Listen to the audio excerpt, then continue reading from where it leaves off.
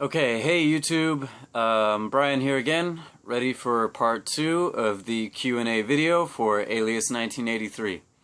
Okay, so part 2, like I said before, is going to be about Taiwan and China and politics.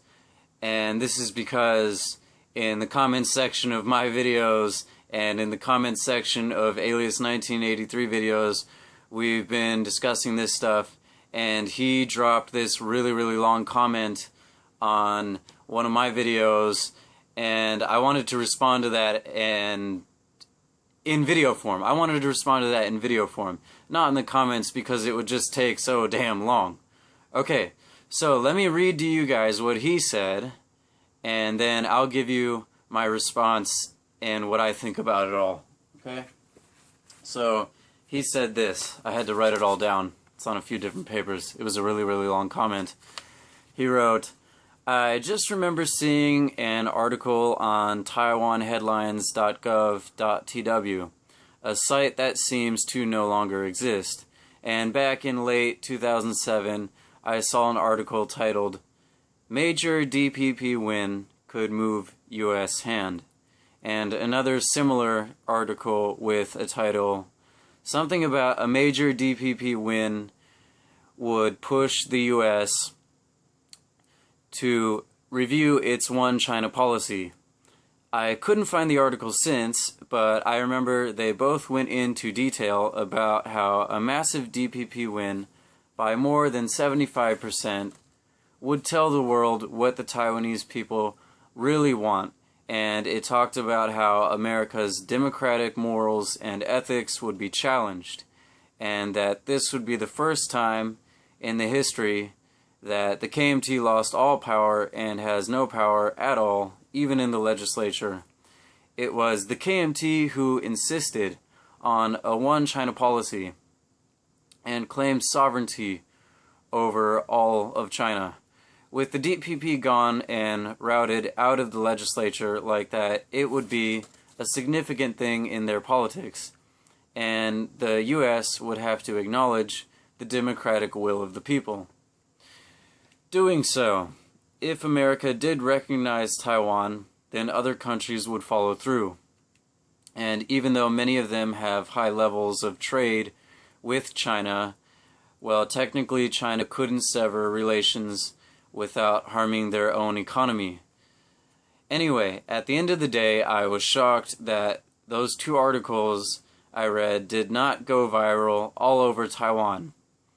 Right before the January 2008 legislative elections, I mean, the front page of every newspaper should have had that article as well as a major topic.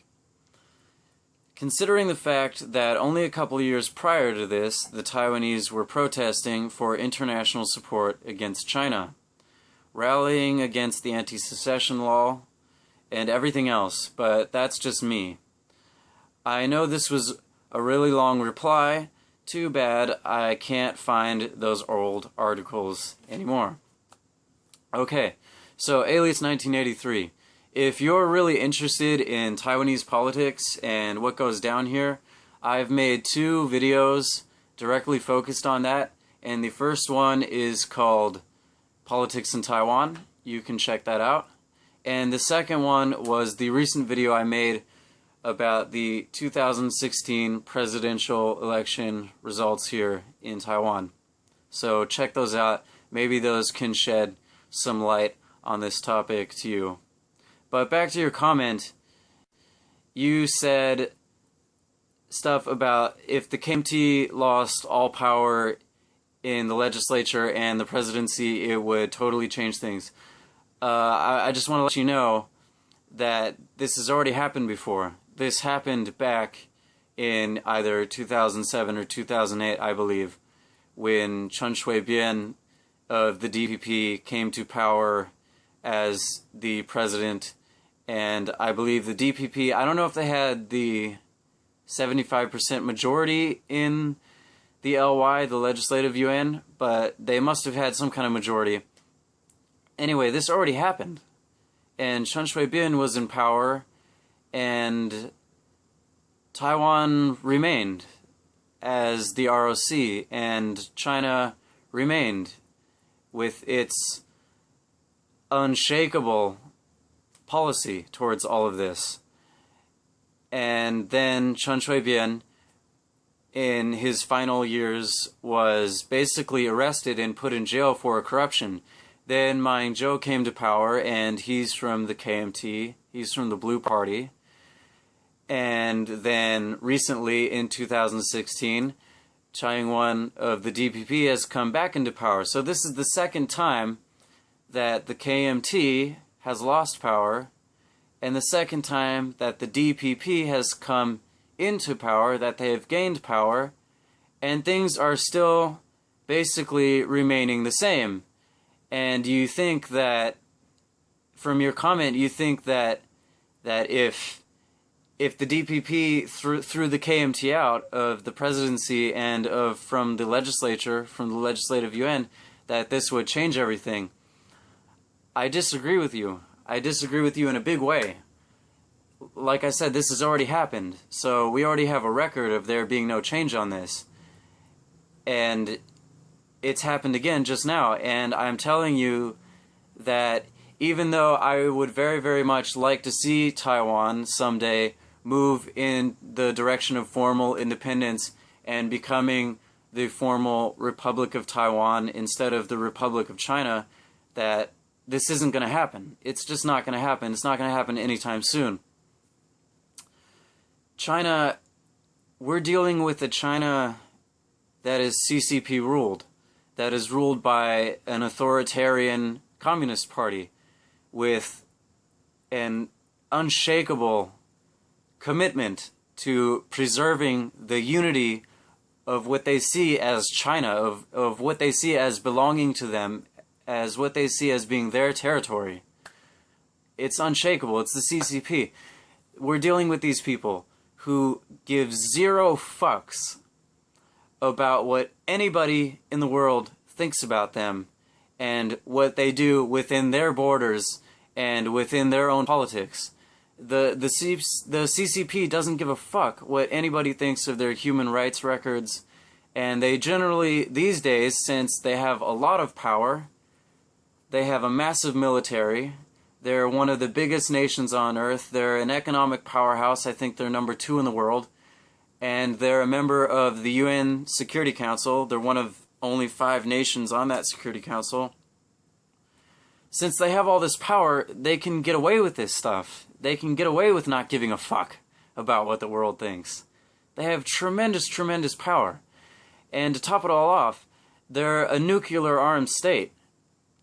And China has said before, if Taiwan were to go the direction of formally declaring independence, that China would militarily intervene. Basically, they would do an invasion here, a ground invasion of Taiwan to stop it and to bring Taiwan back into the fold and to bring Taiwan back into the PRC. Which is funny because Taiwan's technically never been a part of the PRC. Taiwan technically hasn't had any meaningful connection with mainland China since 1895 with the Qing dynasty, but I'm going off on a tangent. Anyway, they've threatened this. They've threatened a military intervention, and they fucking mean it. China doesn't fuck around, right? They mean it, and they're nuclear armed, and this could start World War III, right? Because Taiwan and America have this kind of security pact, basically saying that America will defend Taiwan from Chinese aggression if China decides to make a military move against Taiwan.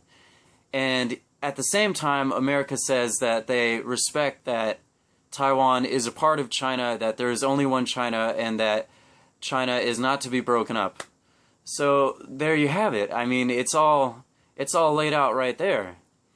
Unfortunately, what the Taiwanese people think and what they care about, what's in their heart, doesn't, I don't want to say it doesn't matter, but at the end of the day, we have to deal with the political reality, not with our ideals, right? And the political reality is, at this point in time, because China is an authoritarian one-party state and they are unshakable, that Taiwan cannot move in this direction. Taiwan is not going to get their independence anytime soon, right? So that's basically it. And by the way, you said these articles should have been front page news. There are newspapers here that I like to read that put editorials like this kind of stuff all the time, right? And things largely remain the same. And there's also newspapers here that are very pro KMT and are very pro someday reunifying with China, which is the KMT's position. So there you go. I don't have much more to say. I think that your heart's in the right place with this comment, but I think you're not considering the truth of the situation, right? The actual reality, the hard reality that that is unpleasant. I think you're not considering that. Anyway, I don't mean to be rude. I'm not trying to be a dick, right? And I'm not trying to pick a fight with you. I think in general, from what I can see from your comments and from your videos, you seem like a decent guy. So hopefully this video will start a kind of a discussion between us and between anybody else who's listening. And I hope it can stay open and civil and friendly. So there we go. Okay. Thank you very much for watching part 1, which was about the citizenship question. And thank you for watching this part 2, which is about the politics comment that I got. Alright guys, thanks very much. Look forward to, after I post these two, look forward to me posting my third part, part 3 of my Chinese New Year Hualien getaway. And alright guys, remember, comment, rate, share, subscribe, and everything else. Bye bye.